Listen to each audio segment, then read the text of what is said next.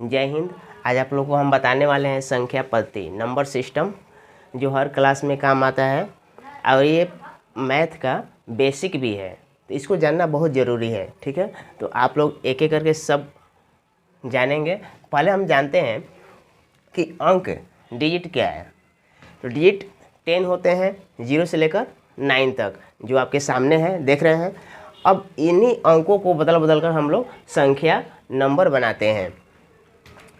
पहले हम लोग पढ़ेंगे प्राकृतिक संख्या। आप लोग संख्या रेखा बनाए होंगे। संख्या रेखा रहता है, बीच में 0, आगे प्लस में 1, 2, 3, जिसको हम धनात्मक संख्या कहते हैं। धनात्मक संख्या, इंग्लिश में पॉजिटिव नंबर। और ये हमारा 0 है,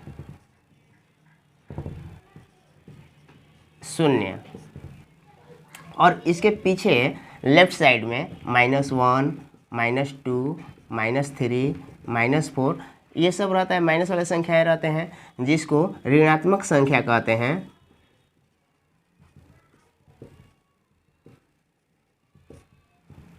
निगेटिव नंबर।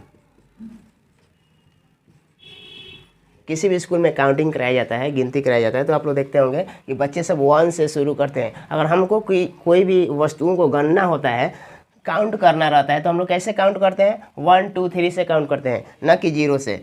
तो प्राकृतिक संख्या किसे कहते हैं? गिनती की संख्या को प्राकृतिक संख्या कहते हैं। प्राकृतिक संख्या जो है उससे कहता है, सुने कि भाई हमको भी अपने परिवार में मिला लो। तो कहते हैं नहीं नहीं नहीं, हम अपने परिवार में नहीं मिलाएंगे। अगर हम अपने परिवार में मिला लिए तो हमारे खानदान का नाम ही बदल जाएगा। चलिए, तो ये अगर मिल जाता है तो इसके परिवार का सच में नाम बदल जाता है, हो जाता है पूर्ण संख्या। यानी शून्य और प्राकृतिक संख्याओं के समूह को पूर्ण संख्या कहते हैं। अब बच गया ये -1, -2, -3, ये सब माइनस वाले संख्या है, ऋणात्मक संख्या, निगेटिव नंबर। तो अगर ये सब भी इसके परिवार में मिल जाए तो फिर इसके खानदान का नाम चेंज हो जाता है। फिर क्या हो जाता है? पूर्णांक संख्या। ऋणात्मक, शून्य और धनात्मक संख्याओं के समूह को पूर्णांक संख्या कहते हैं। नेक्स्ट देखते हैं सम संख्या। सम संख्या किसे कहते हैं? तो जिस संख्या में 2 से पूरा भाग लग जाए उसे सम संख्या कहते हैं, जिसमें शेष नहीं बचता है। जैसे 0, 2, 4, 6, 8, ये देख रहे हैं आप लोग,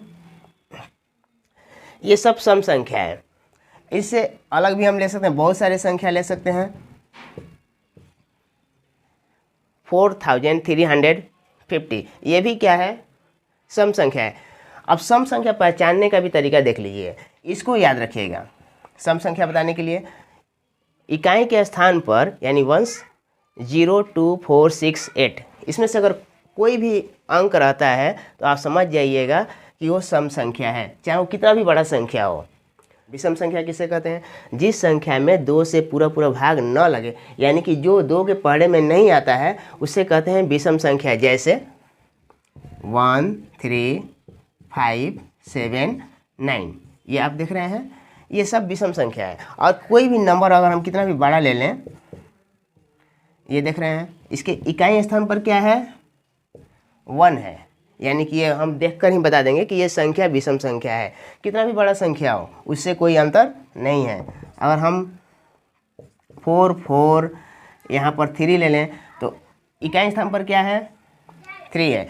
इस 5 को आप याद रखिएगा, 1, 3, 5, 7, 9। अगर ये पांचों में से कोई भी एक इकाई स्थान पर आता है, यानी वंश के जगह पर आएगा, तो हम फट से समझ जाएंगे कि ये विषम संख्या है। Any problem? विषम संख्या क्लियर है। अब हम लोग भाज्य संख्या देखेंगे, कंपोजिट नंबर। भाज्य संख्या किसे कहते हैं? तो जिस संख्या में एक और स्वयं के अलावा दूसरी संख्या से भी पूरी भाग लग जाए, जिसमें शेष न बचे, उसे भाज्य संख्या कहते हैं। तो सबसे पहला भाज्य संख्या होता है हमारा 4, जिसमें 1 से डिवाइड होगा, 2 से भी होगा और 4 से भी होगा। अब इसके बाद से हम 6 ले लें, एक और स्वयं के अलावा दूसरी संख्याओं से भी इसमें पूरा पूरा भाग लग जाएगा, इसलिए इसे कहते हैं भाज्य संख्या। ऐसे हम बहुत सारे उदाहरण ले सकते हैं। सबसे छोटी भाज्य संख्या क्या है तो बताएंगे हम 4, बाकी तो बहुत सारे होते हैं। नेक्स्ट देखते हैं अभाज्य संख्या। तो जिस संख्या में एक और स्वयं के अलावा दूसरी संख्या से भाग न लगे उसे कहते हैं अभाज्य संख्या। ऐसे में हम सबसे छोटा अभाज्य संख्या कह सकते हैं तो वो है 2, क्योंकि ये सिर्फ 1 से डिवाइड होगा और 2 से, और किसी संख्या से इसमें पूरा पूरा डिवाइड नहीं होगा। एक बात याद रखिएगा कि कभी कभी एग्जाम में पूछ जाता है कि सम अभाज्य संख्या, यानी कि ये जो 2 है सम भी है और अभाज्य संख्या भी है। इसके बाद से हम 3 लेते हैं, 5 लेते हैं, 7 लेते हैं। तो ये जो 3 है 1 से डिवाइड होगा, 3 से डिवाइड होगा, 5 है 1 से, 5 से, 7 है 1 से, 7 से डिवाइड होगा। ऐसे संख्याओं को अभाज्य संख्या कहते हैं जिसको सिर्फ 2 ही दोस्त हैं, एक और एक स्वयं। नेक्स्ट देखते हैं प्रमेय संख्या। प्रमेय संख्या क्या है तो जिस संख्या को हम p/q के रूप में लिख सकते हैं, जहाँ q = नॉट 0, उसे प्रमेय संख्या कहते हैं। अब देखिए p/q के रूप में लिख सकते हैं, जहाँ q = नॉट 0, जहाँ q कभी भी 0 के बराबर नहीं होता है। ध्यान दीजिएगा, जैसे 1/2, 3/4, 5/6, 7/8, ये सब क्या है प्रमेय संख्या है।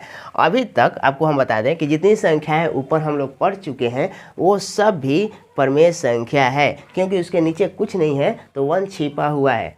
तो हम कह सकते हैं कि 5/0 या 7/0 ये प्रमेय संख्या नहीं है, क्योंकि यहाँ नीचे का जो हर है वो 0 है, जिसको इंग्लिश में हम लोग डिनोमिनेटर कहते हैं, और ऊपर वाला को न्यूमरेटर कहते हैं। अप्रमेय संख्या किसे कहते हैं तो जिस संख्या को हम p/q के रूप में नहीं लिख सकते उसे अप्रमेय संख्या कहते हैं।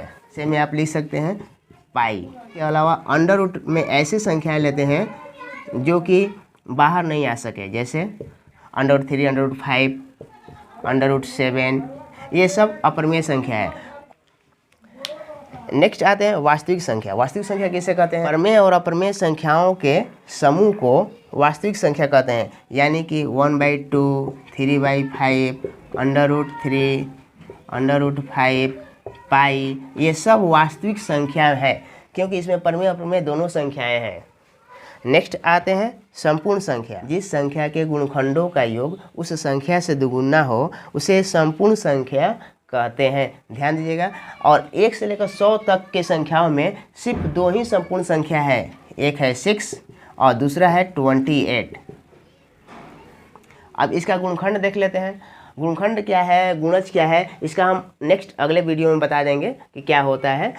अभी आप लोग ये समझ जाइए कि मतलब इसमें किस किस संख्या से भाग लगेगा, 1, 2, 3 और 6, और यही गुणखंड कहलाते हैं। इसमें किस किस संख्या से पूरा पूरा भाग लगेगा वही क्या है, गुणखंड है।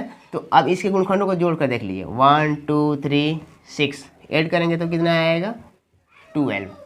इससे दुगुना है कि नहीं है, 6 2 जा 12। तो ऐसे संख्या को हम संपूर्ण संख्या कहते हैं। 1 से इसमें डिवाइड होगा, 2 से होगा, 4 से होगा, 7 से होगा, 14 से होगा और 28 से होगा। आप देख सकते हैं इस सबको ऐड करेंगे, 1 2 3 3 और 4 7 7 7 14 14 14 28 28 28 करेंगे तो 56 हो जाएगा। और ये संख्या भी इस संख्या से दुगुना है, इसलिए इस संख्या को हम लोग संपूर्ण संख्या कहेंगे। आपको ये वीडियो अच्छी लगे, समझ में आए तो लाइक, सब्सक्राइब और शेयर करना ना भूलिएगा, ताकि मेरा मनोबल बढ़े और इस तरह